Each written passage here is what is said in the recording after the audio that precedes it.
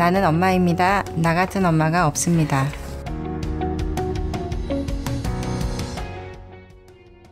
안녕하세요. 이 자리에는 디르사 선교회 어머니 저를 포함해 총 5명이 모여 있습니다. 저부터 소개를 하겠습니다. 저는 온유, 인애, 사랑, 아들 하나, 딸 둘을 키우고 있는 온유맘입니다. 반갑습니다. 두 딸을 섬기는 서윤, 수련맘입니다. 안녕하세요. 딸 하나, 아들 하나를 키우고 있는 서연, 강준이 엄마입니다. 안녕하세요. 저는 두 딸을 키우고 있는 하윤이, 하은이 엄마입니다. 안녕하세요. 저는 두 아들을 키우고 있는 영인이, 하인이 엄마입니다.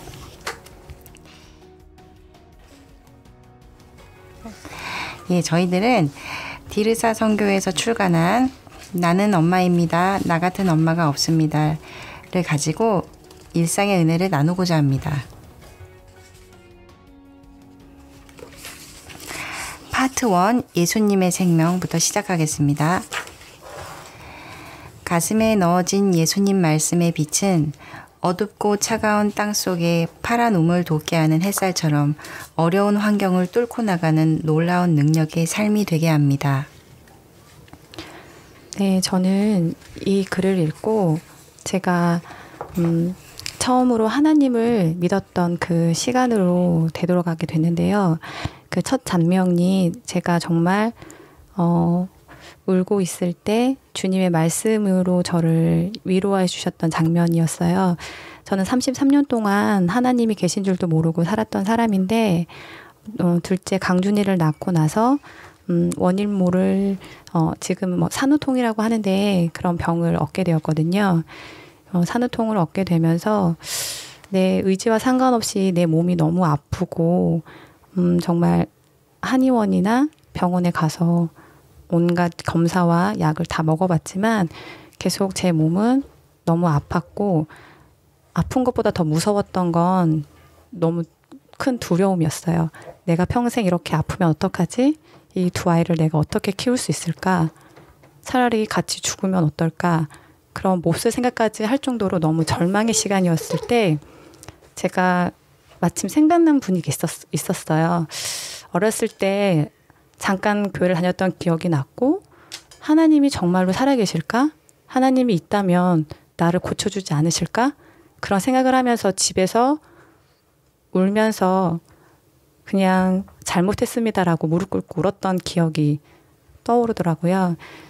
그러면서 제가 아무 주보나 붙잡고 전화를 걸었던 곳이 교회인데 그곳에 계신 어떤 여자분이 저한테 밑도 끝도 없이 전화를 걸어서 제가 너무 아프다고 하니까 이 이사야 53장 5절 6절 말씀을 저한테 읽어주셨어요. 그가 찔림은 우리의 허물 때문이요 그가 상함은 우리의 죄악 때문이라. 그가 징계를 받음으로 우리는 평화를 누리고 그가 채찍에 맞음으로 우리는 나음을 받았도다. 우리는 다 양 같아서 그릇 행하여 각기 제 길로 갔거늘 여호와께서는 우리 모두의 죄악을 그에게 담당시키셨도다. 이 말씀을 듣는 순간 내가 죄인인 것을 깨닫게 됐고 어둡고 차가운 땅속이 저의 마음이라는 것을 알게 됐습니다. 너무 냉소적이고 이기적이고 교만하고 이런 내 모습을 보면서 하나님이 회개를 통해서 굳어지고 딱딱한 마음이 깨어지고 부드럽게 해주셨어요.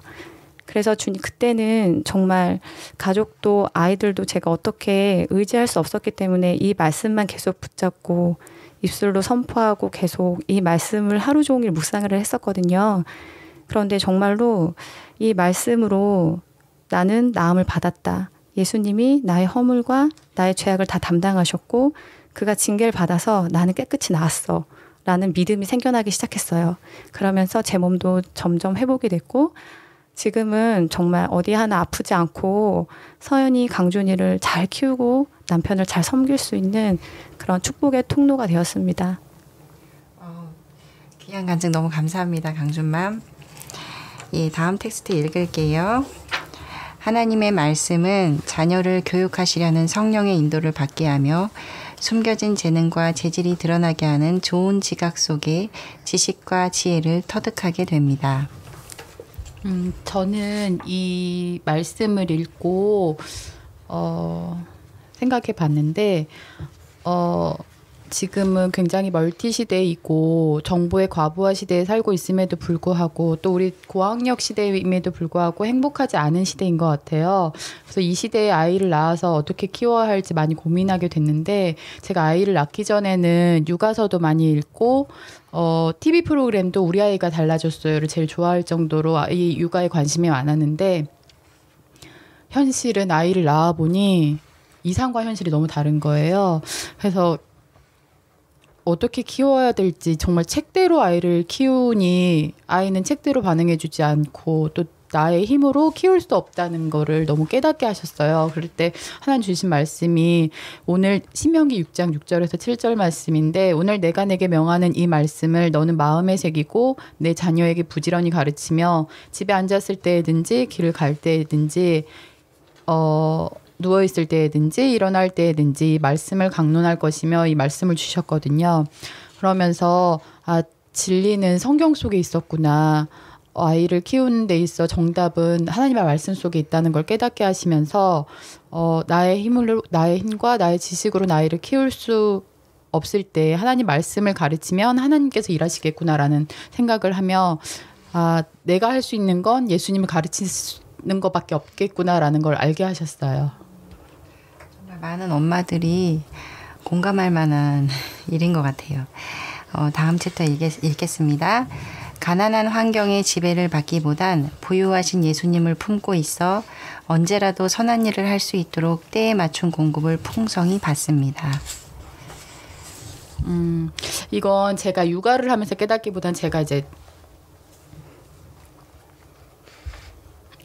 잘하면서 느낀 건데 저희 집이 부유하진 않았어요. 어렸을 때부터 아빠 혼자 일을 하셨고 엄마는 일을 안 하셨는데 부유하진 않았어도 가난하다고 생각해 본 적은 한 번도 없었거든요. 근데 저희 엄마 아빠가 굉장히 절약하시는 분들이세요.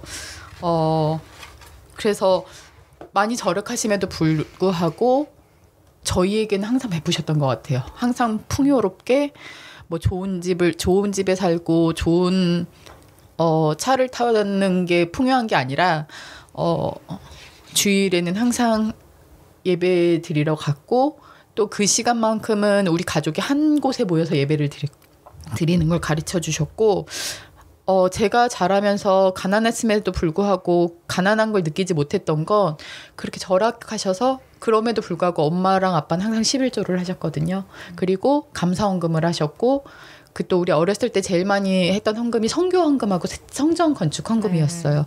이걸 끊임없이 없는 돈이었지만 하셨기 때문에 필요할 때는 항상 공급을 받았던 것 같아요. 그래서 학비를 한 번도 걱정해 본 적이 없었고 대학 다닐 때도 장학금을 받지는 못했지만 학비 걱정 안 하고 자랐고 또 남들이 할 수 없는 해외에 나가서 공부도 해봤고 그러니까 항상 풍요로움으로 항상 채워주시는 하나님을 경험하게 하셨거든요. 아빠도 지금도 말씀하시는 게 내가 너를 키운 게 아니라 하나님이 채우셨고 하나님 너를 키우셨다고. 아멘이에요. 네, 참 공감이 되네요. 때에 맞춘 공급을 풍성히 받는다는 것. 저도 외국 생활을 오래 했었는데 정말 필요할 때마다 공급하는 그 손길을 늘 느꼈던 것 같아요. 네. 감사합니다. 다음 챕터 읽을게요. 하나님의 말씀을 자녀에게 배우게 하는 것은 잘 기를 수 없다는 포기를 선언하며 아무것도 할 수 없는 무지함과 무능함을 시인하는 것으로 존귀와 영광의 겸손을 가르쳐주게 됩니다. 저는 이게 가장 와닿았었는데요. 정말 지리사를 보내면서도 그렇고 계속 정말 나는 아무것도 할 수 없다는 거를 계속 깨닫게 해주시는 것 같아요. 맨 처음에 제가 여기 지리사에 오게 된 동기는 아이가 원래 일반 유치원에 다니다가 아이가 유치원에서 부딪히는 여러 가지 일로 이제 심적으로 많이 힘들어하던 중에 다른 엄마에게 소개를 받고 오게 되었어요. 그 나름대로 먼저 아이가 5살 될 때까지 잘 키워보겠다고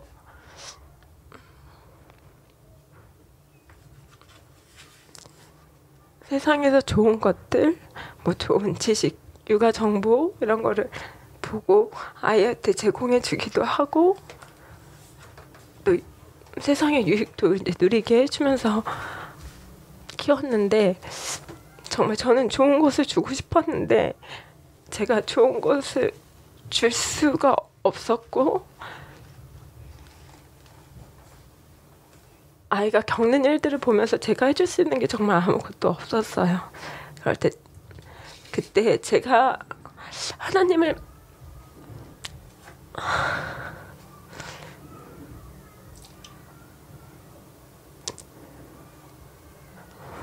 처음 만나게 됐던 거는 제가 많은 두려움 가운데 있을 때 하나님을 만나서 정말 마음의 평안을 얻게 되었거든요. 그래서 아이를 말씀을 가르치는 곳이라고 해서 이제 보내게 되었거든요. 근데 이곳에 보내면서도 저는 제가 하나님의 말씀을 교회를 다니기는 했지만 잘 알지도 못하고 아이에게 내가 가르칠 수 없다라고 생각하고 그냥 이곳에 보내는 것만으로 그냥 만족하며 지냈었는데 또 그 와중에서도 우리 아이의 모습을 보면서 그냥 제가 포기하고 있는 것이 아니라 그러니까 정말 저는 할 수 없지만 하나님께서 저와 함께 하시기 때문에 제 안에 계신 하나님께서 일을 하실 수 있도록 이제 하나님의 말씀을 이제 가르쳐 줘야 된다는 것을 깨닫게 되었어요. 네. 무지함과 무능함을 시인하는 것이 정말 많이 공감이 돼요. 저도 아이를 셋 기르지만 아이들은 내 뜻대로 되는 게 하나도 없더라고요. 예. 나눔 감사합니다. 다음 챕터 읽을게요. 못된 행동의 나타남을 질책하기보다는 그 행동의 동기를 이해하시는 예수님의 마음을 받아들여 더 깊은 사랑을 넣어주는 단 한 사람의 어머니가 됩니다. 저는 서윤맘인데요. 저는 신앙생활을 고등학생 때 교회를 다녔고 처음부터 예수님을 믿었던 건 아니고 교회 생활을 하면서 말씀을 듣게 되고 그러면서 예수님에 대한 어떤 지식이나 교회 생활에 익숙해지는 것들 이제 그러면서 어떻게 보면 교회 생활을 오랫동안 했어요. 그리고 이제 결혼을 했고 자녀를 낳았는데 저에게는 사랑이 없다는 걸 저는 육아를 하면서 알았고 내가 나를 엄청 사랑한다는 걸 육아를 하면서 알았어요. 아이가 태어나면 작고 귀엽고 그 예쁜 아기가 너무너무 사랑스러울 것 같은데 그건 내가 편할 때, 내 기분이 좋을 때, 뭔가 나에게 만족이 있을 때 그런 거였고 내가 어렵고 졸리고 배고프고 쉬고 싶고 하면 그 예쁜 아이가 짐처럼 여겨지는 거예요. 그래서 내가 이렇게 나를 사랑했나? 하는 생각을 육아하면서 하게 됐는데 이 글에서 보면 못된 행동의 나타남을 질책하기보다는 이라는 글이 제 마음에 생각나게 하는 일이 있는데 아이를 훈육하다 보면 그게 직장에서 출근해서 일을 하는 것처럼 출퇴근이 있는 게 아니라 24시간 그렇잖아요. 특근, 야근 주말도 없고 이렇게 하루도 쉼 없이 연속적인 육아가 있다 보면 그게 이제 어느 순간 지치고 그게 너무 서로가 익숙해지다 보니까 그리고 이제 훈육이라는 그런 말 아래에 아이를 질책하고 판단하고 정죄하고 이게 어느 순간 나는 의인이고 너는 불의한 자야 라는 어떤 전제하에 내 말이 다 맞아 나는 맞고 넌 틀려 이런 전제하에 아이를 훈육하고 있는 저를 발견을 한 거예요. 그게 한 사건이 있었는데 제가 이렇게 사랑이 없이 훈계를 하다 보니까 아이가 일르기쟁이라는 열매를 맺는 거예요. 일르기쟁이. 그래서 분명히 아이가 나한테 뭔가 이를 때는 거짓말은 아닌데 있는 사건을 말하는 건데 왜 저 사람을 더 배려해주지 못하지? 왜 사랑해주지 못하지? 보기가 안 좋다. 이런 마음이 있었어요. 근데 이거를 자기가 디리사 자모 교육 예배가 있는데 예배를 드리다가 그걸 깨닫게 된 거예요. 나는 예수님도 알고 교회도 다니고 예수님 믿는데 왜 나한테 예수님 믿는 내가 아이를 기르는데 왜 아이는 에게 왜 사랑이 안 갈까? 왜 그 아이에게 사랑이 없는 훈육을 할까? 그러던 중에 예배를 드리는 중에 알게 됐어요. 신앙생활 하다 보면 매일 예수님을 찾아야 되는데 은혜가 있을 때는 깊이 예수님 사랑하다가 맞아요. 어떨 때는 예수님한테 좀 이렇게 다른 곳에 또 집중이 돼 있고 그러다가 또 예수님 찾고 마음이 일관되게 예수님을 따라가는 게 아니라 어떤 날은 뜨겁고 어떤 날은 차갑고 뭐 이제 이런 요동치는 제 마음에 문제가 있었구나. 그래서 매일 아침 everyday new day 매일 새날 매일 예수님을 나의 주님으로 영접을 해야겠다. 예수님이 일하실 수 있도록 그 사랑이신 하나님이 내 안에서 일하실 수 있도록 내가 매일 순간순간 예수님께 집중해야겠다. 그런 결단을 하게 됐어요. 예배 드리다가. 그래서 아침에 일어나면 눈 뜨면 예수님은 나의 왕, 예수님은 나의 왕, 살아계신 하나님 아들 내 마음에 오세요, 어서서 오세요. 예수님, 살아계신 예수님, 오세요. 여기 내 마음에 항상 계세요. 나의 왕. 이 어린이 찬양 있는데 그 찬양을 딱 먼저 부르고 그 다음에 암송을 하는 거예요. 갈라디아서 2장 20절 말씀. 내가 그리스도와 함께 십자가에 못 박혔나니 그런즉 이제는 내가 사는 것이 아니요 오직 내 안에 그리스도께서 사시는 것이라. 이제 내가 육체 가운데 사는 것은 나를 사랑하사 나를 위하여 자기 자신을 버리신 하나님의 아들을 믿는 믿음 안에서 사는 것이라. 그러면서 그 예수님을 내 마음을 열고 초청을 하고 그 순간순간 이제 아이들을 훈육하고 이렇게 섬기는 가운데 내 파워가 아니라 예수님 파워, 예수님 사랑이 나가는 것들을 순간순간 경험하게 되더라고요. 네. 저도 훈육하면서 정말 실수를 많이 하게 되잖아요, 엄마들이. 근데 저도 이 아이가 뭔가 쏟거나 실수인데도 뭔가 내가 봤을 때 잘못했을 때는 얘를 굉장히 호되게 혼내거나 심지어 매를 들거나 해서 그런 실수들을 너무 많이 했어요. 저도 신앙생활을 오래 했고 남편도 교회에서 만났고 아이들도 하나님이 주셨다 그렇게 알고 3명을 낳았고 낳았는데 이 아이들 기르면서 느낀 거는 저도 서윤맘하고 좀 비슷하게 내가 많이 드러나요. 결혼을 하고 나서야 그 숨겨져 있던 정말 모든 것을 다 방해하고 있는다. 그게 드러나더라고요. 내 아이를 훈육할 때도 얘가 무엇을 쏟았어. 그러니까 나를 힘들게 해. 그래서 매를 드는 거지 이 아이의 무슨 동기나 행동의 동기나 이 아이의 뭐 마음의 중심이나 이런 거를 보는 게 아닌 거예요. 그걸 예수님은 우리를 그렇게 보시는 걸 알면서도 나는 그것을 하지 않아. 내 육대로 아이를 훈육하고 그리고 심지어는 어떤 일이 있었냐면 이제 그런 것들이 많이 드러나고 혈기가 드러나고 이게 또 주님 앞에 가면은 죄스럽잖아요. 후회가 되고. 그러면 나중엔 참는 거예요. 하지 마.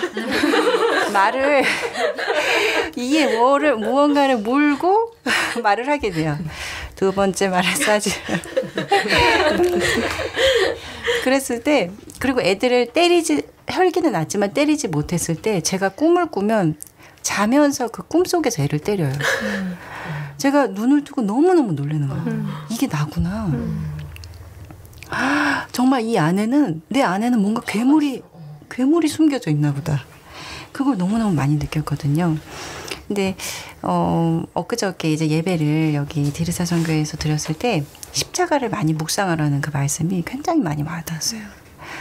내가 왜 아직도 이렇게 혈기가 아직도 처리가 되지 않았고 아이를 훈육할 때도 내 눈으로 봤을 때 이 아이가 잘못하고 뭔가 나를 힘들게 했을 때 훈육이 나가고 얘를 바로 잡는다는 그 느낌보다는 나를 힘들게 했다는 네. 그런 이유 때문에 자꾸 혼내게 되고 그런 것들을 많이 느꼈거든요. 그리고 결국에는 복음도 나라는 게 방해를 하는구나. 모든 것의 문제는 나구나. 그런 걸 많이 느꼈어요.